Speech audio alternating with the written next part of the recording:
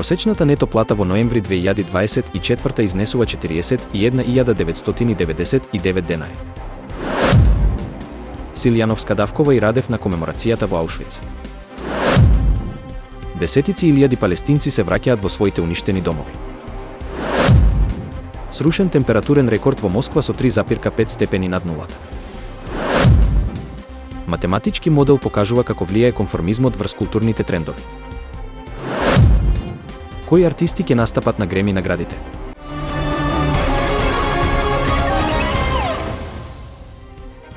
Според податоците на Државниот завод за статистика, просечната месечна исплатена нетоплата по вработен во ноември 2024 година достигна 41.999 денари. Ова представува зголемување од 9,5% во однос на ноември 2023 година. Најзначителен пораст на платите е забележан во следните сектори: уметност, забава и рекреација 15,3%, транспорт и складирање 12,7% и преработувачката индустрија со 11,2%. Од друга страна, намалување на просечната нетоплата во однос на претходниот месец е забележано во секторите: рударство и вадење на камен 8,0%, дејности во врска со недвижен имот со 5,9% и земјоделство, шумарство и рибарство 2,6%. Овие податоци укажуваат на позитивен тренд во повеќе индустрии, но и на потребата од внимание кон секторите со забележано намалување на платите. На 27 јануари 2025 година во Полска се одржува комеморативна церемонија по повод 80 годишнината од ослободувањето на концентрацијниот логор Аушвиц-Биркенау. Меѓу присутните се и председателката на Република Македонија Гордана Силјановска-Давкова и председателот на Република Бугарија Румен Радев. Присуството на двајцата председатели на оваа значајна комеморација ја истакнува важноста на сеќавањето на жртвите од Холокаустот и потсетува на потребата од зачувување на историските факти. Оваа церемонија е дел од глобалните напори за одбележување на трагичните настани од Втората светска војна и за промовирање на толеранцијата и човековите права. Аушвиц-Биркенау, како символ на страдањето и нечовечноста, останува потсетник за ужасите на војната и важноста на борбата против сите форми на дискриминација и омраза. Десетици илјади палестинци започнаа да се враќаат во своите домови на северот на појасот Газа, откако беа раселени повеќе од една година поради воените конфликти кои започнаа во октомври 2023 година. Овој масовен повраток е овозможен благодарение на неодамнешниот договор за прекин на огнот меѓу Хамас и Израел, кој стапи на сила на 19 јануари 2025 година. И покрај радоста од враќањето, многу од повратниците се соочуваат со уништени домови и инфраструктура. Ситуацијата е дополнително комплицирана поради економската нестабилност и ограничените ресурси за обнова. Меѓународните организации предупредуваат на потребата од итна хуманитарна помош и поддршка за реконструкција. Паралелно, во Либан, примирието меѓу Израел и Хезболах е продолжено до 18 февруари 2025 година, иако тензиите остануваат високи по неодамнешните судири на јужната граница на Либан, кои резултираа со 22 загинати и 124 повредени. Овие настани ја нагласуваат кревкоста на ситуацијата во регионот и потребата од континуирани напори за одржување на мирот и обезбедување на хуманитарна помош за погодените заедници.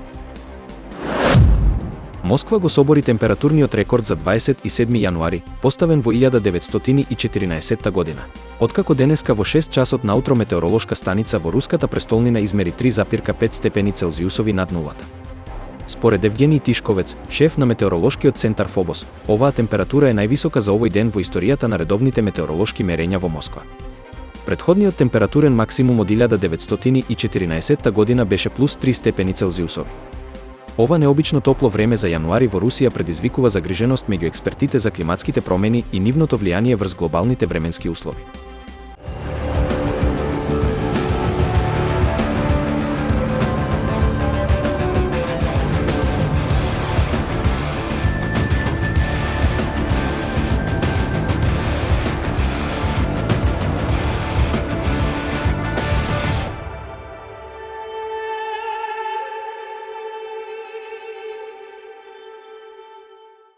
Вистина е дека културните особини, како што се информациите, верувањата, однесувањата, обичаите и практиките кои го обликуваат карактерот на населението, се под влијание на конформизмот, тенденцијата да се усогласиме со другите, или антиконформизмот, изборот на намерно разидување со другите.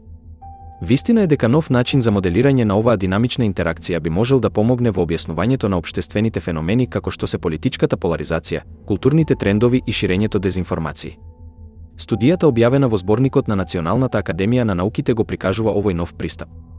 Презентирајќи математички модел Каледа Дентон, соработник во Институтот Санта Фе, и колегите од Универзитетот Стенфорд ги прошируваат претходните истражувања за да понудат пореална представа за тоа колку конформистичките и антиконформистичките предрасуди го обликуваат преносот на културните особини на населението.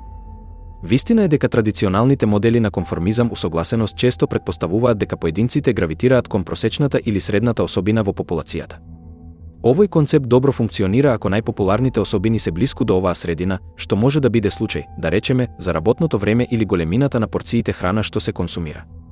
Сепак, средната вредност е лош показател за популарност во други случаи. Например, ако повеќето луѓе натежнуваат кон крајната левица или крајната десница на политичкиот спектар, а средната вредност лежи во центарот. Вистина е дека за да се реши овој јас, авторите дизајнирале модел кој вклучува групирање на особини. Во овој модел, поединците се усогласуваат со усвојување особини кои се повеќе групирани заедно, наместо средната карактеристика кај населението. Антиконформистите, пак, намерно се оградуваат од особините на своите врсници, создавајќи поларизација. Вистина е дека користејќи компјутерски симулации, тимот анализирал како се шират карактеристиките низ популациите во повеќе генерации. Усогласеноста честопати доведувала до групирање на групите околу специфични особини, но не нужно околу просекот. Антиконформизмот создал сосема поинаква шема, дистрибуција во форма на буквата У, со поединци кои се групираат во крајности и ја оставаат средината ретко населена. Едно значајно откритие е дека популациите ретко се спојуваат кон една особина, освен ако не се наметне нереалната претпоставка за совршено копирање во однесувањето. Наместо тоа, дури и малите варијации во тоа како поединците ги толкуваат или прифаќаат особините резултираат со постојана различност. Вистина е дека истражувањето, исто така, ја оспорува идејата дека сообразноста секогаш води кон хомогеност. Моделот покажува дека под одредени услови, конформизмот може да ја одржи различноста, додека антиконформизмот ја засилува поларизацијата. Оваа рамка може да помогне да се објасни однесувањето на гласањето, трендовите на социјалните мрежи или дури и како луѓето ги проценуваат вредностите во групните поставки. Тоа нуди начин да се разбере како индивидуалните одлуки се собираат во општествени образци, без разлика дали тоа е градење консензус или поларизација. Вистина е дека овој модел може да се тестира на податоци од реалниот свет во идните студии. Вистина е дека крајната цел е да се разбере како индивидуалните избори ќе влијаат врз целата популација со текот на времето.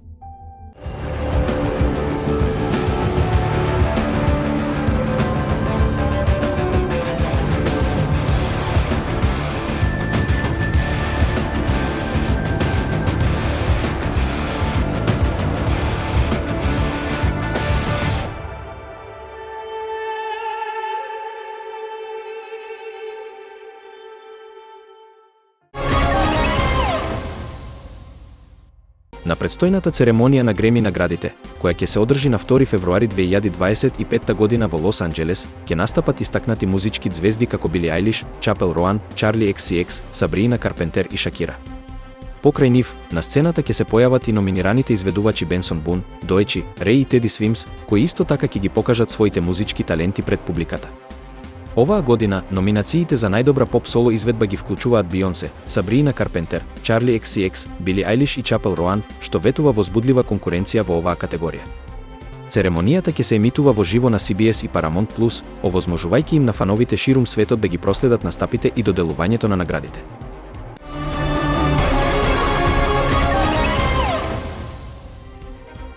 Просечната нето плата во ноември 2024 изнесува 41.999 денари. Силјановска Давкова и Радев на комеморацијата во Аушвиц. Десетици илјади палестинци се враќаат во своите уништени домови. Срушен температурен рекорд во Москва со 3,5 степени над нулата. Математички модел покажува како влијае конформизмот врз културните трендови. Кои артисти ќе настапат на Греми наградите?